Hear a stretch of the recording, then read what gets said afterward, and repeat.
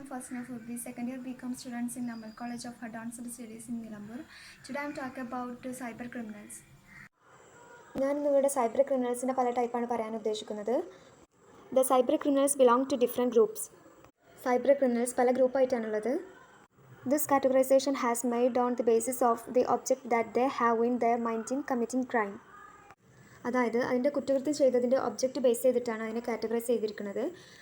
പിന്നെ 4 ടൈപ്സാണ് മെയിനായിട്ട് ഇതിൽ പറഞ്ഞിരിക്കുന്നത്. First one, children and adolescence between the age group of 6 to 18 years.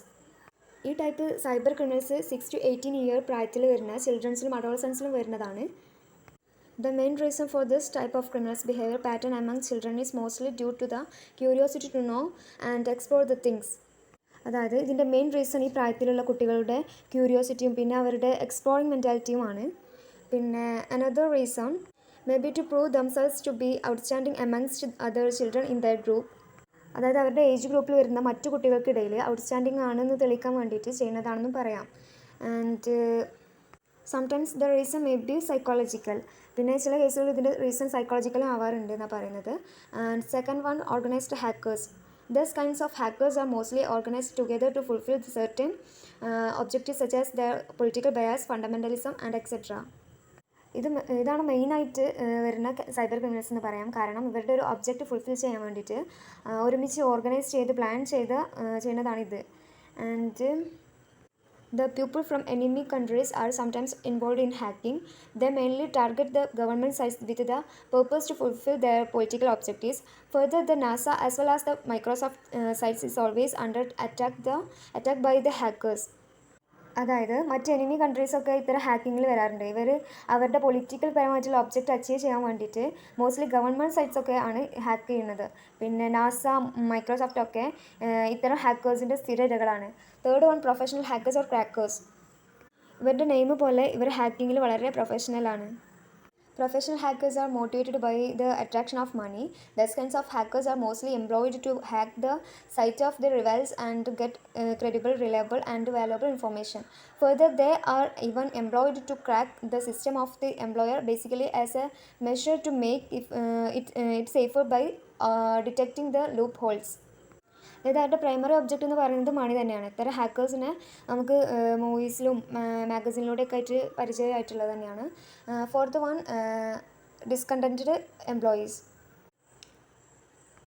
This group includes those people who have been either sacked by their employer or are dissatisfied with their employer.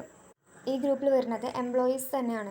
അവരുടെ എംപ്ലോയറുടെ sacking കാരണത്താൽ അല്ലെങ്കിൽ എംപ്ലോയറുമായിട്ടുള്ള dissatisfaction കാരണമോ ഒക്കെ അവരുടെ ഓർഗനൈസേഷനെ തന്നെ target ചെയ്യുന്ന ക്രൈമാണിത്. ഇത്രയൊക്കെയാണ് ഈ 4 ടൈപ്പിൽ ഉൾപ്പെടുന്നത്. Hi everyone, my name is Shamnath. I am second year BCom student of Amal College.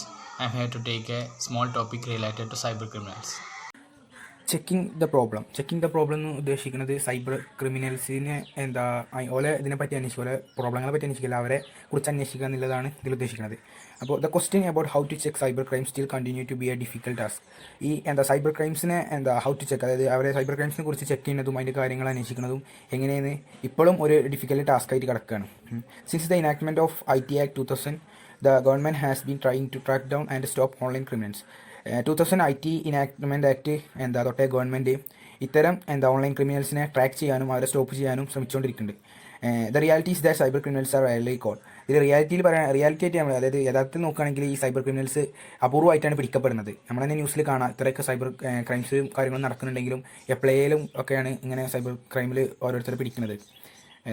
അതിൻ്റെ one reason is the hackers will use one computer in one country to hack another computer in another country and that criminals is not working alone. അതായത് ഒരു hacker ഒരു കൺട്രിയിൽ നിന്ന് ഒരു കമ്പ്യൂട്ടറിൽ use ചെയ്ത് hack ചെയ്യുകയാണെങ്കിൽ അവർ വേറൊരു കൺട്രിയിലുള്ള വേറൊരു കമ്പ്യൂട്ടറാണ് മെയിനായിട്ട് ഹാക്ക് ചെയ്യുന്നത്.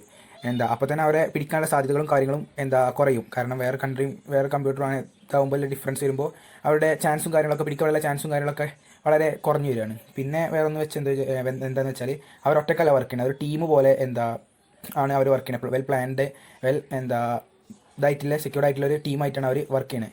Loosely organised groups conduct much of 161 socio cyber informatic contact with one legal activity online and the members of the group may never come in to another and may never be aware to whom they are working four.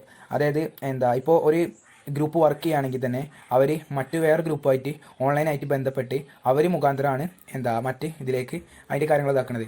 അതുകൊണ്ട് തന്നെ ആ ഇടനിലയിൽ വരുന്നത് ആൾക്കാർക്ക് never aware to whom they are working for, അതായത് അവർ ആർക്ക് വേണ്ടിയാണ് അവർ work ചെയ്യുന്നത് പോലും അവർക്കറിയില്ല. കാരണം അവർ അത്തരം രൂപത്തിലാണ് അവരുടെ ഹാക്കിങ്ങും കാര്യങ്ങളൊക്കെ പ്ലാൻ ചെയ്ത് പിടിക്കപ്പെടാതെ നിൽക്കാൻ വേണ്ടിയിട്ടുള്ള പല ഇതിലും ഒന്നാണത്. പിന്നെ an individual can do their best to protect themselves simply by being cautious and careful. Internet users need to watch suspicious emails, use unique password and run antivirus and anti-spy software. അതായത് ഇനി ഒരു ഇപ്പോൾ ഇൻഡിവിജ്വൽസിന് ഇതിനൊക്കെ പ്രൊട്ടക്ഷനും കാര്യങ്ങളും വേണമെന്നുണ്ടെങ്കിൽ internet use ചെയ്യുമ്പോൾ suspicious ഇമെയിലും കാര്യങ്ങളൊക്കെ ഒന്ന് ശ്രദ്ധിക്കുക. പിന്നെ യുണീക്ക് പാസ്വേഡ് യൂസ് ചെയ്യുക, ആൻറ്റിവൈറസ് കാര്യങ്ങളൊക്കെ ഫോണിൽ അല്ലെങ്കിൽ നമ്മൾ സിസ്റ്റത്തിൽ ഇതാവുക. അതുപോലെ ആൻറ്റി സ്പൈ സോഫ്റ്റ്വെയർ അങ്ങനത്തെ കാര്യങ്ങളൊക്കെ ഇൻസ്റ്റാൾ ചെയ്ത് വെക്കുക. Do not open any emails or run programs from unknown sources, അതായത് അൺനോൺ സോഴ്സസിന് വരുന്ന ഒരു ഇമെയിലോ അല്ലെങ്കിൽ ഒരു പ്രോഗ്രാമും കാര്യങ്ങളും റൺ ചെയ്യാതെ നിൽക്കുക. ഇത്തരം ഇതിലൂടെയൊക്കെയാണ് നമുക്കിതിന് ഒരു പ്രൊട്ടക്ഷൻ എന്നുള്ള നിലക്ക് ചെയ്യാൻ പറ്റും. അപ്പോൾ ഇതാണ് ടോപ്പിക്ക്. സൈബർ ക്രൈംസ് തന്നെ വരുന്ന ചെറിയൊരു ടോപ്പിക്കാണ്. Thank you.